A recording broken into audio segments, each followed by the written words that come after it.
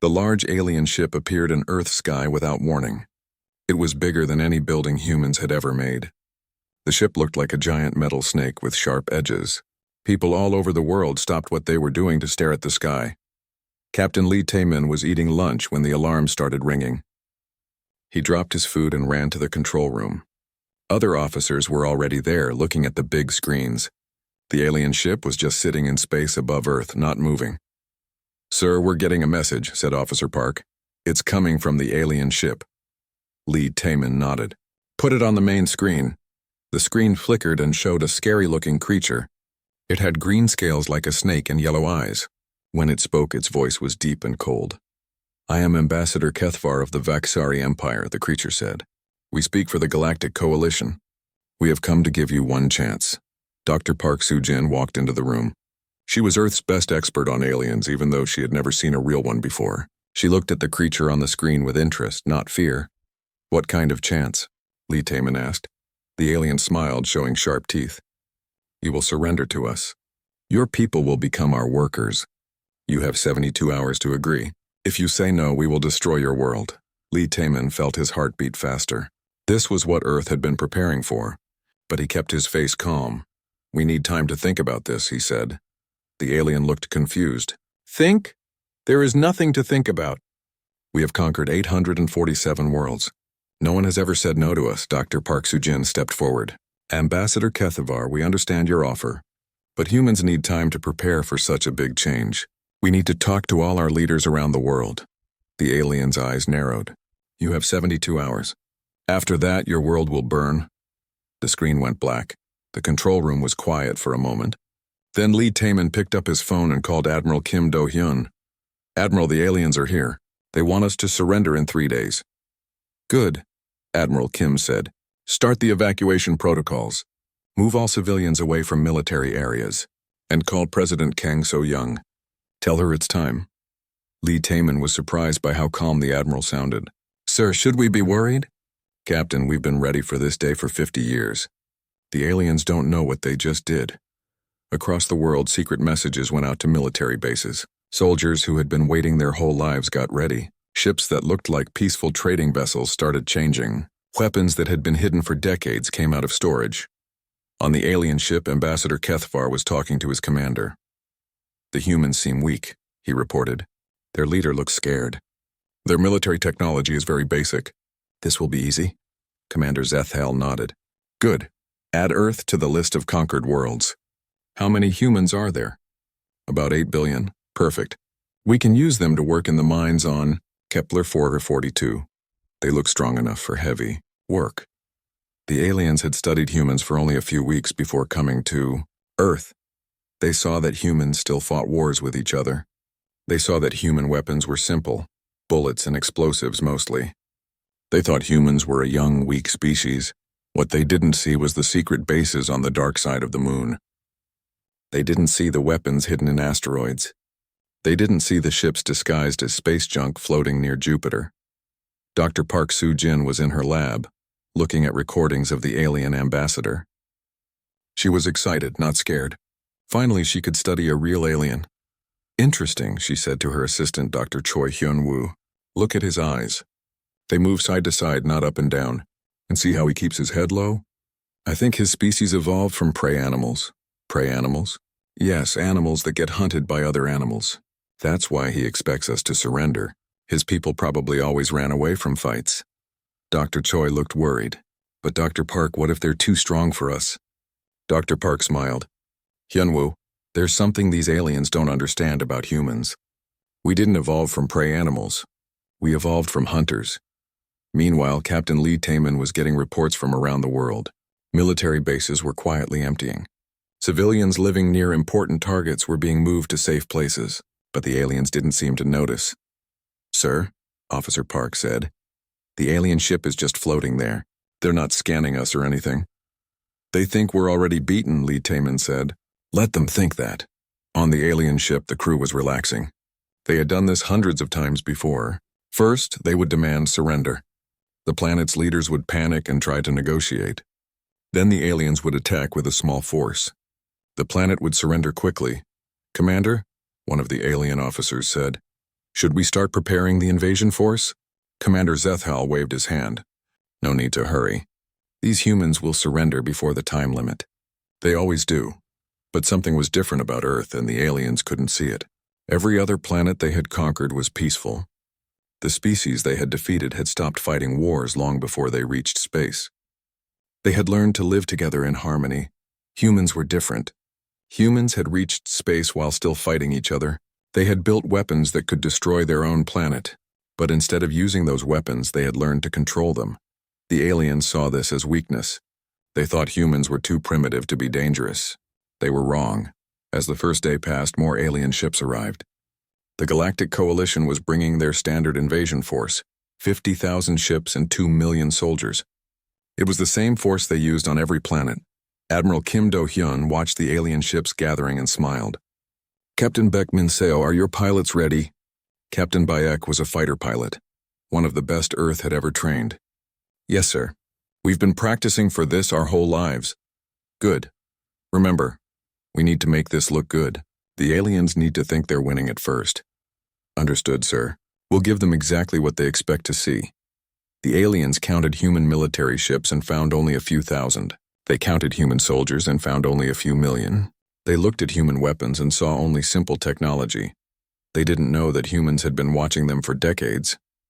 They didn't know that human ships could hide in places aliens would never think to look. They didn't know that human weapons were designed to look weak while being incredibly powerful. On the second day, Ambassador Kethvar called Earth again. Have you decided to surrender? He asked. Dr. Park Sujin was ready this time.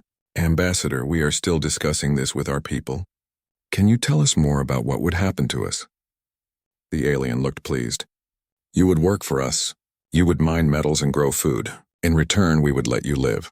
And if we refuse, then we will destroy your cities and take what we want anyway. Dr. Park nodded as if she was thinking hard. We understand. We just need a little more time. After the call ended, Dr. Park looked at Admiral Kim. He really thinks we're going to surrender. Let him think that. The longer they wait, the more ships they'll bring. And the more ships they bring, the bigger the message will send to the rest of the galaxy.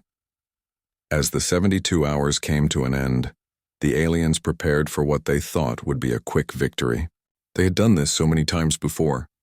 A few threats, a small battle, and another planet would join their empire. But Earth was not like other planets, and humans were not like other species. The aliens were about to learn why. Scout Commander Zethal had a bad feeling in his stomach. He was flying his small ship around Earth trying to understand the human military, but nothing made sense. The humans had only a few thousand ships. Their weapons looked simple. Their technology seemed basic. So why weren't they surrendering? All species surrender by now, he said to himself. What is wrong with these humans? Zethal had conquered planets before. It was always the same. The aliens would see the coalition fleet and immediately give up. Sometimes they would cry.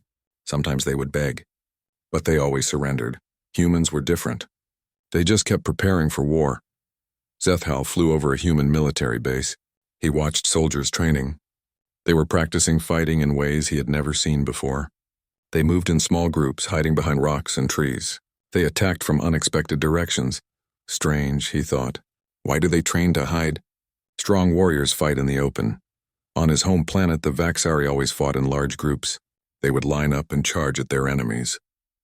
It was the honorable way to fight. But humans seemed to prefer sneaking around. Zethal decided to look at human history. He wanted to understand why they acted so strangely. What he found made his scales turn pale. Humans had been fighting wars for thousands of years. Not just small fights over food or territory. Real wars where millions died. They had weapons that could destroy entire cities. They had even created weapons that could end all life on their planet. Impossible, Zethal whispered. If they had such weapons, why didn't they destroy themselves? Every other species in the galaxy had stopped fighting before they reached space. The Vaxari had fought their last war 3,000 years ago. Most species had stopped fighting even earlier, but humans had kept fighting right up until they left their planet. Even now, they still had armies and weapons. They still trained for war every day. Zethal looked at videos of human children playing. He expected to see peaceful games like children on other worlds played. Instead, he saw something that made his blood freeze. Human children were playing war games. They were pretending to be soldiers. They were practicing tactics and strategies. Some of their games were more complex than what coalition military academies taught. "These are just children," he said out loud. "How can children think like generals?" On other planets, children played gentle games. They pretended to take care of animals or grow plants. Violence was something they had to be taught in military school, but human children seemed to understand fighting naturally. They knew how to work together in teams. They knew how to outthink their opponents. They knew how to win. Zeth Hal called his commander. "Sir, I think we have a problem." "What problem?" Commander Crexton asked. "The humans are weak. Our sensors show they have inferior technology." "Yes, sir, but I've been studying their behavior. They're not acting like other species we've conquered." "Explain." Zeth Hal took a deep breath. "Sir, I think humans might be predators." There was silence on the communication channel. Then Commander Crexton laughed. "Predators? Don't be ridiculous. Predators can't become intelligent. Everyone knows that." This was true as far as the Coalition knew. Every intelligent species in the galaxy had evolved from prey animals. Herbivores who ate plants and ran from danger, or scavengers who ate dead things and avoided fights. Predators were too violent to become smart. They fought too much to build civilizations. They killed too much to learn cooperation. "But sir," Zeth Hal said, "look at their military training. Look at how their children play. Look at their history. Scout Commander, you're being paranoid. Yes, humans are more violent than most species, but they're still primitives. They've barely reached space. We've been traveling between stars for 10,000 years. Zeth Hal wanted to argue, but he knew better. "Yes, sir." "I'll continue my observations." But Zeth Hal couldn't shake his worry. He kept watching the humans, and the more he watched, the more frightened he became. He saw human soldiers practicing something called urban warfare. They were learning to fight in their own cities. They were planning to turn their homes into battlefields. No other species had ever done this. When the Coalition attacked, most species would evacuate their cities. They would try to protect their people by moving them away from the fighting. But humans were planning to fight for every building, every street, every room. Zeth Hal watched human pilots training. They were flying their ships in ways that seemed impossible.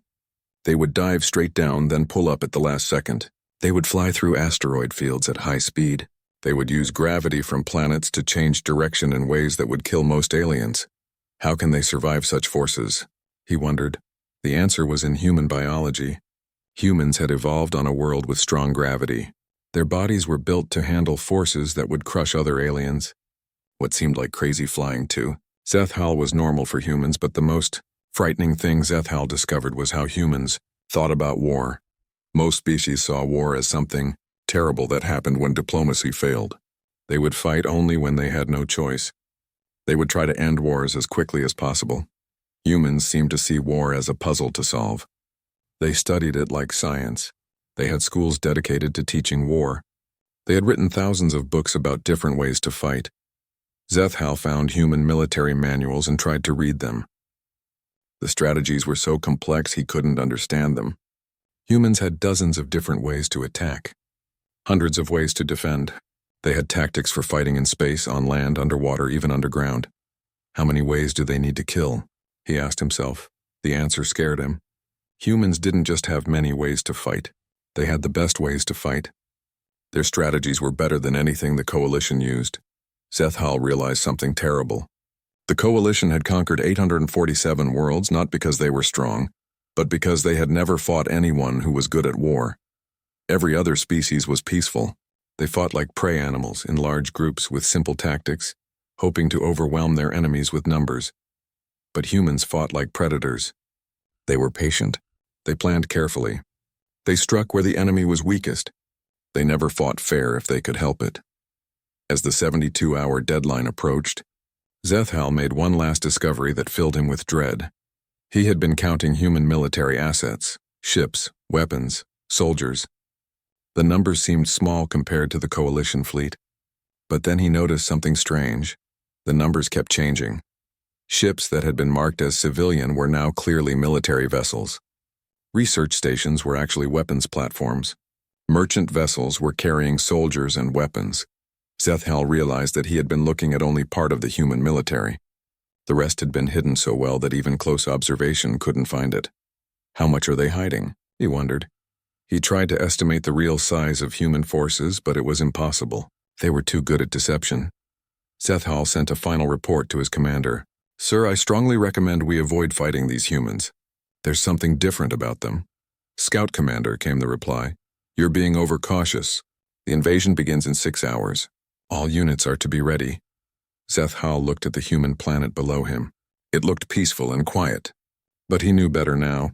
Somewhere down there, predators were getting ready to hunt.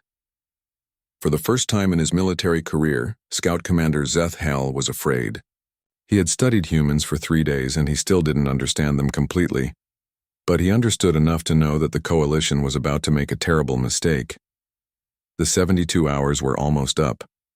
Soon the coalition would attack Earth with their standard invasion force, the same force that had conquered 847 worlds without losing a single battle. Zethal just hoped some of his people would survive long enough to learn from their mistake. War Admiral Crexton looked at his fleet with pride. 50,000 ships stretched across space like a metal storm cloud. 2 million soldiers waited in transport vessels.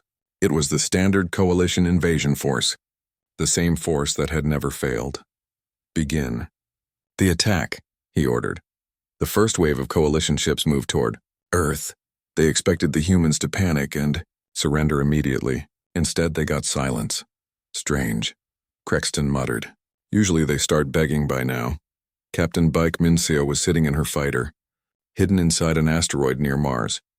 She could see the alien ships approaching Earth. There were so many of them that they blocked out the stars. All units. This is Control, came Admiral Kim Do-hyun's voice over the radio. Remember the plan. Let them get close. Let them think they're winning. Then show them who we really are. Beck smiled inside her helmet. She had been training for this moment her whole life. Every human pilot had. The coalition ships reached Earth's orbit and began their attack. They fired energy beams at what they thought were human military bases. Explosions bloomed on the planet's surface. Direct hits on multiple targets, reported a coalition officer. Human defenses are down. War Admiral Crexton nodded. Excellent. Begin landing operations, but something was wrong. The humans still weren't surrendering. They weren't even trying to contact the coalition fleet. Sir, said another officer, we're not picking up any human distress signals. They must be too shocked to respond, Crexton said. Continue the attack. The coalition had bombed what they thought were Earth's main military installations, but they had actually hit empty buildings and fake structures. The real human military was somewhere else entirely. Commander Oh Sang-woo was on a human warship called the Soul, hidden behind Jupiter's largest moon. He watched the coalition attack through sensors and shook his head. They're not even trying to find our real bases, he said to his crew. They just attack whatever looks military from space. Should we help the fighters, sir? Asked his weapons officer. Not yet. Let the aliens think they've won. When they start landing troops, then we'll show ourselves. The coalition landing ships approached Earth. They were huge, slow vessels designed to carry thousands of soldiers. They had worked perfectly on every other world, but as they entered Earth's atmosphere, something unexpected happened. Human fighters appeared from nowhere. Captain Baek Minseo led her squadron up from underground bunkers. The coalition had never seen anything like it. The human ships were small and fast. They moved in ways that seemed impossible. Enemy fighters detected, reported a coalition pilot. They're flying straight at us. This confused the aliens. Most species tried to avoid direct confrontation. They would fire from long range and retreat if the enemy got too close. But the human fighters were diving straight toward the much larger coalition ships. It looked like suicide. Are they trying to ram us? Asked another coalition pilot. They weren't trying to ram. They were using a tactic that only predators would think of. They were hunting. Beck's fighter swooped under a coalition landing ship. She fired her weapons at its engines and then disappeared back into Earth's clouds before the aliens could react. All around the planet, human fighters were doing the same thing. They would appear suddenly, attack, and vanish before the coalition could fight back. This is impossible, shouted a coalition pilot. How are they moving so fast? The answer was simple. Human fighters were designed by a species that understood hunting. They were built to be fast, maneuverable, and deadly. Coalition ships were designed by species that understood running away. They were built to be big, strong, and defensive. In a fair fight, the coalition ships would have won easily. But humans didn't believe in fair fights. Within the first hour, the coalition had lost 30 landing ships. The soldiers inside them were dead or captured. The survivors were confused and frightened. "Sir," a coalition officer reported to War Admiral Crexton, "our landing forces are taking heavy casualties. The human fighters are using tactics we've never seen before." Crexton was getting angry. "How many fighters do they have?" "Our intelligence said only a few hundred." "We're not sure, sir. They keep appearing and disappearing. We can't get an accurate count." The truth was that Earth had thousands of fighters, not hundreds. But they were hidden so well that the coalition couldn't find them. Human pilots would launch from underground bases, attack the enemy, and return to different bases. Lieutenant Han Yu-jin was leading a group of human Marines on the ground. Coalition soldiers had managed to land in several places, and it was his job to stop them. The coalition soldiers were big and strong, with advanced weapons and armor. They should have been able to defeat human soldiers easily, but when Han's Marines attacked, the aliens panicked. "They're everywhere," screamed a coalition soldier over his radio. "How many humans are there?" Han was using a tactic called guerrilla warfare. His small team would attack a coalition position, kill or wound several enemies, and then disappear before reinforcements arrived. The coalition soldiers didn't know how to fight this way. They were used to big battles with clear battle lines. They would line up their forces and charge at the enemy, but the humans wouldn't line up. They attacked from all directions. They used the terrain to hide. They struck where the aliens were weakest and avoided where they were strongest. "This is not how civilized beings fight," complained a coalition commander, but humans weren't fighting to be civilized. They were fighting to win. Back in space, War Admiral Crexton was getting desperate reports from all over the battle zone. "Sir, we've lost contact with the 47th Landing Division." "Sir, the 23rd Fighter Wing is requesting immediate evacuation." "Sir, our ground forces are being overrun in Sector 7. Crexton couldn't believe what he was hearing. The coalition had brought enough forces to conquer any planet in the galaxy. How could they be losing to primitives? "Bring in the orbital bombardment ships," he ordered. "If we can't land troops, we'll destroy their cities from space." But as the coalition bombardment ships moved into position, they ran into another surprise. Admiral Kim Do-hyun had been waiting for this moment. "All units, this is Admiral Kim," he announced. "Operation Hidden Strike is now active. Show them what human ships can really do." Suddenly, space around Earth filled with human warships. They seemed to appear from empty space itself. Some emerged from behind the moon, others uncloaked from asteroid fields. Still others rose from the depths of Earth's oceans. Commander Oh Sang-woo brought the Soul out from behind Jupiter's moon. All around him, other human warships were revealing themselves. The coalition fleet found themselves surrounded. How is this possible? War Admiral Crexton gasped. Where did all these ships come from? His intelligence officers had counted only a few thousand human vessels. But now there were tens of thousands appearing on their sensors. The truth was that humans had been building ships in secret for decades. They had hidden them in places the coalition would never think to look. They had disguised military vessels as civilian craft. They had even built ships inside asteroids and moons. The coalition had been fooled by the greatest deception in galactic history. "Sir," reported a coalition officer, "we're detecting human ships behind us, above us, and below us. We're completely surrounded." For the first time in his career, War Admiral Crexton felt fear. The coalition fleet was trapped in a box of human warships. "Open a channel to the human fleet," he ordered. Admiral Kim Do-hyun's face appeared on Crexton's screen. The human looked calm and confident. "War Admiral," Kim said politely, "I believe you wanted to talk."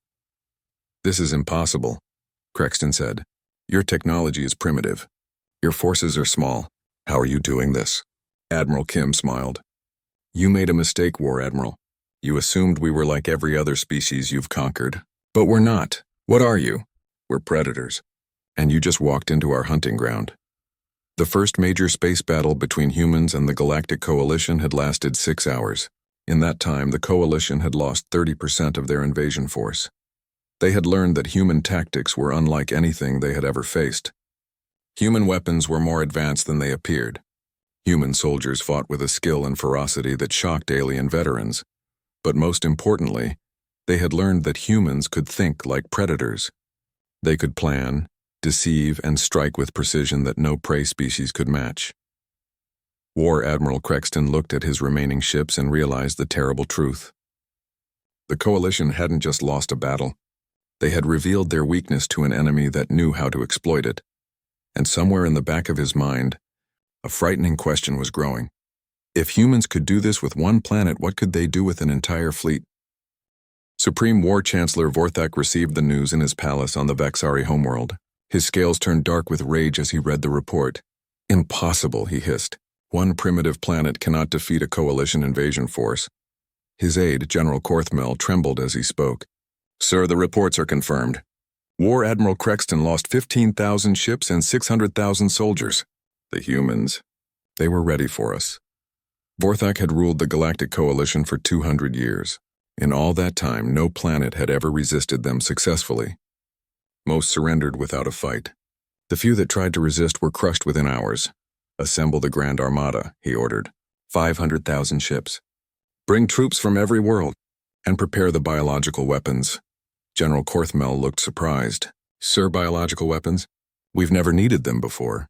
These humans are different. If they want to fight, we'll show them what real war looks like. The Grand Armada was the largest military force in galactic history. It had never been used against a single planet before. Usually, the threat of its existence was enough to prevent rebellions. But humans had done something no species had ever done. They had hurt the Coalition badly enough to make them angry. Dr. Choi Hyun-woo was working in his laboratory on Earth when the news came. The Coalition was bringing their entire military to destroy humanity. Sir, his assistant said, shouldn't we be worried? 500,000 ships is more than we've ever faced. Dr. Choi smiled. Actually, I'm excited. We've been waiting decades to test our real defenses. Real defenses? Everything we used against the first invasion was just our basic military, our defensive systems. But now they're bringing everything they have so we can show them everything we have. Dr. Choi pulled up a file on his computer. It showed the Coalition's biological weapons. Deadly viruses and bacteria designed to kill entire populations. They think they can poison us, he said. They don't understand that Earth is already the most poisonous place in the galaxy. This was true. Earth's biosphere was incredibly dangerous. Humans lived with diseases, toxins, and parasites that would kill most alien species instantly. What aliens considered a death world, humans called home. Sir, what about their virus weapons? Dr. Choi laughed. Their virus weapons are designed to kill aliens. But humans have immune systems that evolved to fight Earth's diseases. Coalition viruses will actually make us stronger. Captain Nam Yoonji was flying her reconnaissance ship deep in space, watching the Coalition fleet gather. She had been monitoring alien military movements for 20 years, and what she saw amazed her. This is incredible, she said to her crew. They're bringing ships from every corner of the galaxy. I've never seen so many vessels in one place. Should we be scared, Captain? Asked her navigator. No, Nam said. We should be grateful. They're making our job much easier. How? By putting all their forces in one place. They've given us a single target. Instead of hunting them across 1,000 star systems, we can deal with them all at once. Nam had discovered something important during her years of spying on the Coalition. They were not actually very good at war. They won fights by bringing overwhelming numbers against weak opponents. But they had never fought a real military. They had never faced an enemy that could match their technology. They had never met a species that was actually good at fighting. The Coalition's strategy was simple. Bring so many ships that the enemy gives up. If that doesn't work, use biological weapons to kill everyone. If that doesn't work, destroy the planet. It was effective against species that valued peace over victory. But humans had a different philosophy about war. Supreme War Chancellor Vorthak arrived at the staging area with his Grand Armada. 500,000 ships filled space around a dead star system. It was the most powerful force ever assembled. This time, he announced to his fleet, we will not accept surrender. These humans have embarrassed the Coalition. They must be destroyed completely. The alien ships began their journey to Earth. It would take them 10 days to travel the distance. During that time, they planned their attack, but they were not the only ones planning. Fleet Admiral Lim Jae-seok stood in the command center of Earth's most secret military base. It was built inside an asteroid, hidden so well that even human civilians didn't know it existed. "Admiral," said his intelligence officer, "the Coalition Grand Armada is moving toward Earth. Estimated arrival in 10 days. "Good," Admiral Lim said. "Contact all deep strike fleets. Tell them to begin Phase 2. "Sir, should we warn the Coalition that we have forces behind their lines?" Admiral Lim shook his head. "No. Let them think this is just about Earth. They'll learn the truth soon enough." Dr. Shin Ye-wan was Earth's top expert on alien psychology. She had spent her career studying how different species thought and behaved. The Coalition's actions fit a pattern she had seen before. "They're making the same mistake every prey species makes," she explained to President Kang So-young. "They think bigger is always better." "What do you mean?" "Prey animals survive by staying in large groups. When threatened, they gather together and hope their numbers will scare away predators. It works against other prey animals, but not against real hunters." President Kang nodded. "And humans are real hunters." "Exactly. We don't run from larger groups. We break them apart and attack them piece by piece. The Coalition is giving us exactly what we want, all their forces in one place where we can destroy them efficiently." As the Coalition fleet traveled through space, they received disturbing reports from their homeworlds. "Sir," a communications officer reported to Supreme War Chancellor Vorthak, "we're getting emergency signals from the Kepler sector." "What kind of emergencies?" "Unknown ships attacking our supply convoys. They appear, destroy our vessels, and disappear before reinforcements arrive." Vorthak was confused. "Unknown ships?" "All Coalition forces are with the Grand Armada. Who could be attacking us?" The answer was Captain Nam Yoonji and dozens of other human reconnaissance teams. For years they had been mapping Coalition space, finding their weak points, learning their patrol routes. Now they were putting that knowledge to use. "Sir," came another report, "the Proxima base is under attack. They're requesting immediate assistance." The Vega shipyards report raiders, destroying construction facilities. The Altair colony says they're being invaded by unknown forces. Vorthak realized with horror what was happening. While the Coalition had been gathering all their forces to attack Earth, someone had been attacking Coalition territory. "How is this possible?" he demanded. "We have the humans surrounded. Their ships are all defending their homeworld. But they didn't have all the human ships. Earth's fleet was just the defensive force. Humanity's real military had been exploring the galaxy for decades, preparing for exactly this moment. General Yoon Ji-ho was commanding the attack on a Coalition supply depot near the star Rigel. Her ships appeared from hyperspace, destroyed the alien facility, and vanished before Coalition defenders could respond.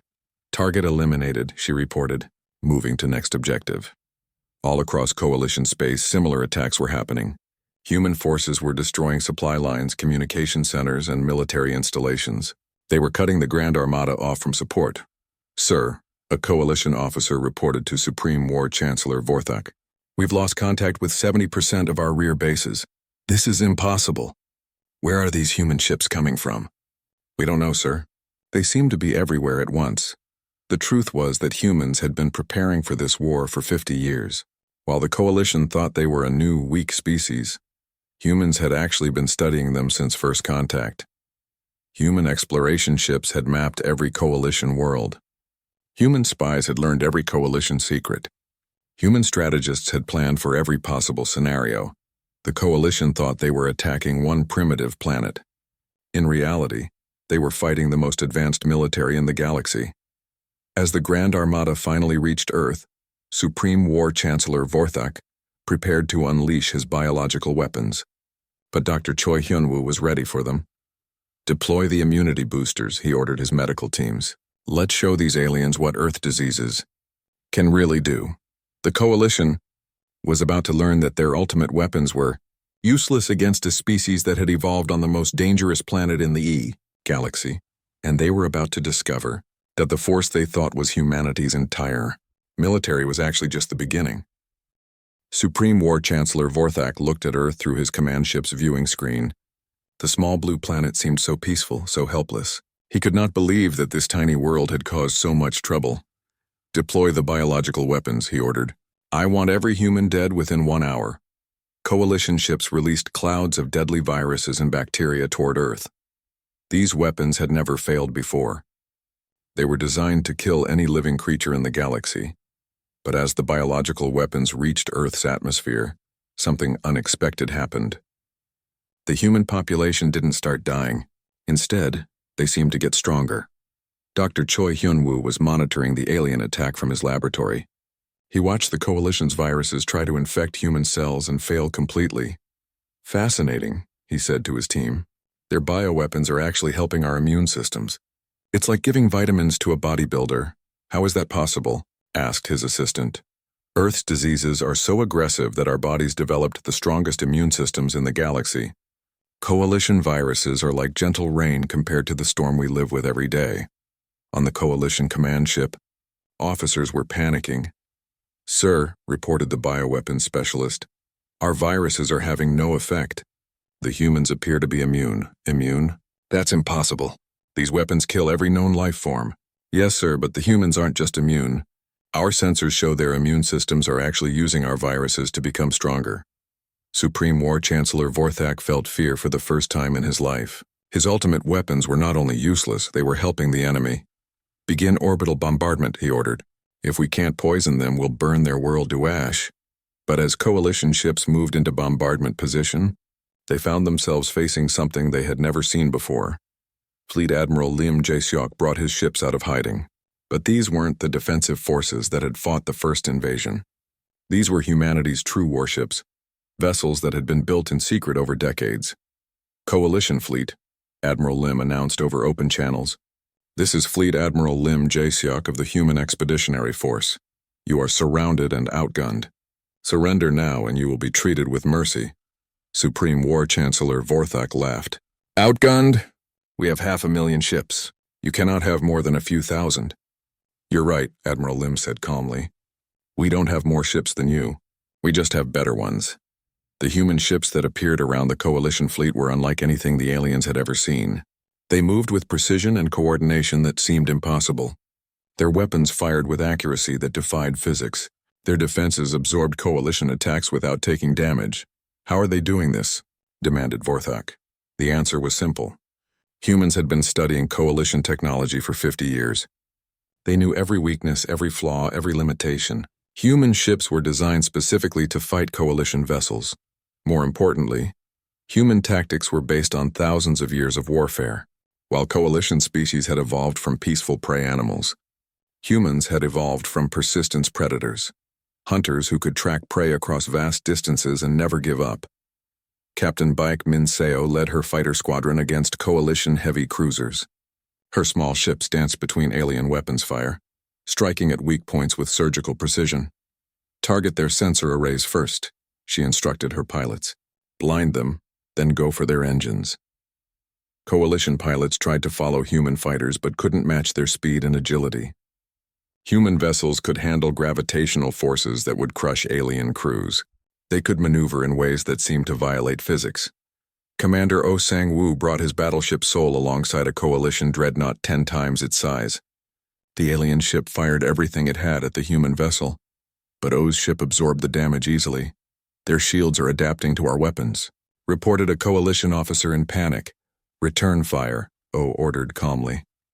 The Seoul's weapons tore through the Coalition dreadnought's armor like paper. The alien ship exploded in a ball of fire.